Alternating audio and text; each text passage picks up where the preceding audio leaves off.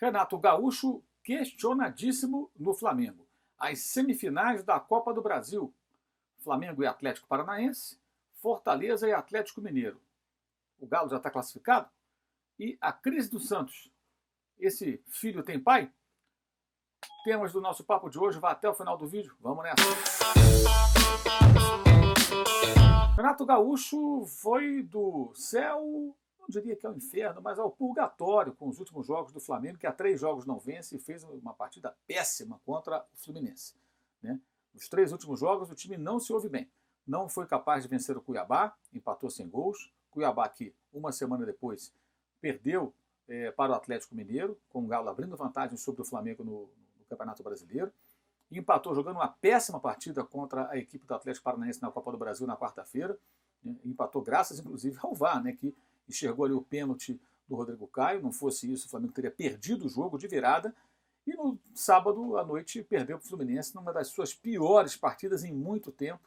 E talvez a pior ou tão ruim quanto aquela dos 4-0 para o Grêmio. Mas tem também 4-0 para o Inter.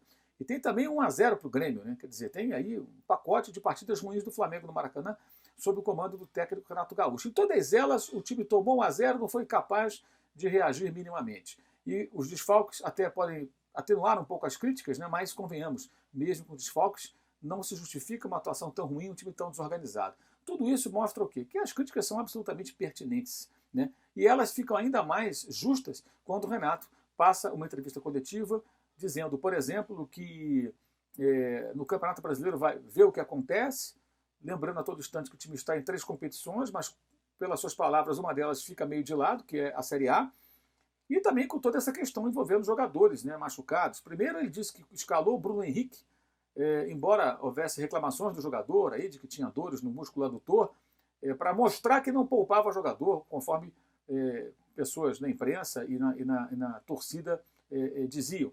Bem, se estava realmente com uma possibilidade aí de agravar uma lesão, uma dor, um sinal de que havia um risco, por que ele foi escalado? O técnico escala para dar satisfação para os outros?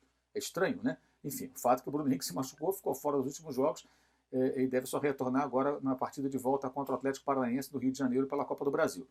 E o Pedro, o caso do Pedro, que é ainda mais incrível. Né? O Pedro foi colocado em campo, segundo ele, com dores no joelho e, resultado, dias depois, foi fazer aí uma cirurgia, depois de uma situação meio confusa, até envolvendo o departamento médico do Flamengo, ele foi no médico particular, essa coisa toda. Então, ou seja, o Renato Gaúcho está sendo criticado apenas em função dos seus equívocos. E também aí, talvez em função das suas limitações como técnico. O Flamengo se habituou, em 2019, ao chamado outro patamar. Um técnico internacional com uma visão de futebol, com recursos, com capacidade para fazer coisas que nenhum técnico aqui no Brasil é capaz de fazer. O que Jorge Jesus realizou teve inclusive a famosa cereja no bolo, que nem foram as conquistas dos títulos do Brasil e da América do Sul, com a Série A e a Libertadores. Mas os 5-0 no Grêmio, 2 jogos, 1-1 em Porto Alegre também, com 3 gols anulados pelo VAR, 2 jogos de enorme imposição sobre um Grêmio do Renato, que tinha sido campeão da Libertadores 2 anos antes e que chegava à sua 3ª semifinal seguida. Ou seja, não era qualquer adversário, mas o Grêmio, tão forte aqui no Brasil e na América do Sul, se viu inferiorizado, apequenado em campo, diante daquele Flamengo do Jorge Jesus. Com jogadores que, segundo o Renato na época, custaram 200 milhões, com 200 milhões eu também faço. Não está fazendo. Então, recebe críticas e as merece. O Atlético Mineiro só não irá à final da Copa do Brasil se acontecer uma catástrofe. Eu preciso que o Fortaleza faça uma partida extraordinária, que o Galo jogue de salto alto, nem aí e tal. Não vai acontecer. Tudo indica que não vai acontecer. Seria realmente surpreendente, e dizer isso não significa faltar ao respeito com o Fortaleza, muito pelo contrário. Aliás, nesse jogo contra o Atlético, o Fortaleza foi muito mal. Não perdeu à toa de 4-0. A estratégia não funcionou, o time ficou muito tempo no campo de ataque circulando bola, mas sem conseguir criar perigo, e as jogadas de velocidade foram letais, e claro, também bola parada, o Atlético fez 4-0, liquidou praticamente esse confronto. Claro que o Fortaleza vai lutar para vencer o jogo, para pelo menos cair de pé, né? Conseguir uma vitória que seja interessante aí, até para manter o pique da remada na briga por uma vaga na Libertadores via Campeonato Brasileiro. Lembrando, é o 3º colocado e virou o final de semana, antes do jogo do Palmeiras, no 2º lugar. Isso com um elenco que é muito, muito, muito mais barato que o do Galo, que o do Palmeiras, que o do Flamengo, que o do São Paulo, que o do Corinthians e tantos outros. É espetacular o trabalho de Johan Pablo Vojvoda. Mas a final da Copa do Brasil, tudo indica, terá o Galo e não o Leão do Pici. Agora, Flamengo e Atlético Paranaense é um jogo que deveria ter um favoritismo maior do time carioca, porque tem um time mais forte, maior investimento, joga em casa, agora já temos torcida nos estádios novamente.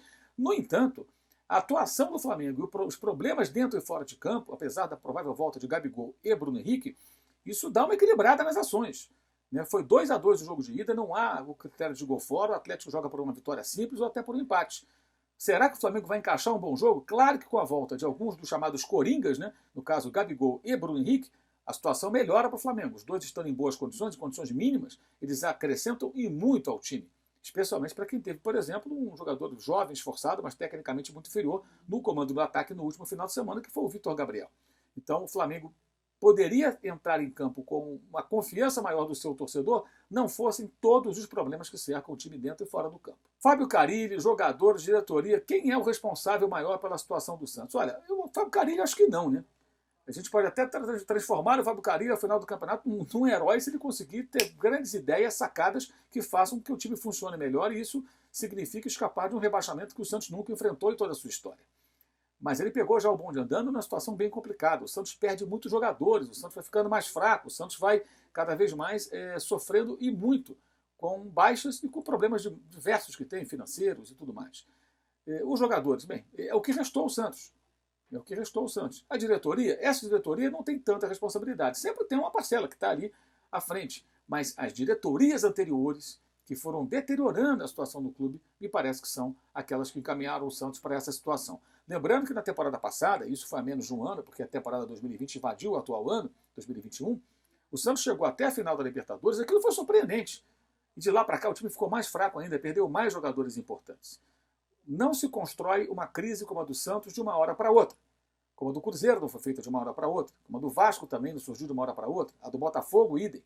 Todos os times que estão lá na segunda divisão. Os três.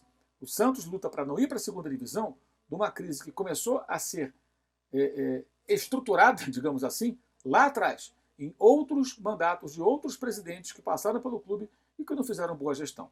E cada vez mais a má gestão, fica muito claro, é o grande mal dos clubes de futebol no Brasil. O torcedor tem que estar mais atento, porque quando ela começa, quando ela dá os primeiros sinais, talvez seja tempo de frear. Será que haverá tempo para o Santos frear essa queda para a segunda divisão? Vai precisar fazer muito mais do que vem fazendo. O cenário é muito preocupante e o vilão talvez nem esteja no clube, os vilões, melhor dizendo, no momento em que essa queda acontecer, se ela de fato acontecer. Qual?